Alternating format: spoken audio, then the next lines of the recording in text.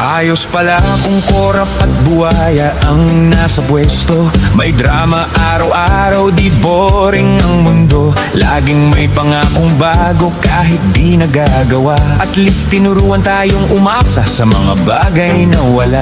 Ghost Flood Control Project, isipin na lang nandyan yan. Total sanay na naman kayo sa baha tuwing umuulan. Matatag naman ang Pilipino ayon sa kasabihan. Kaya ayos lang kahit malugmok, sanay na sa kahirapan.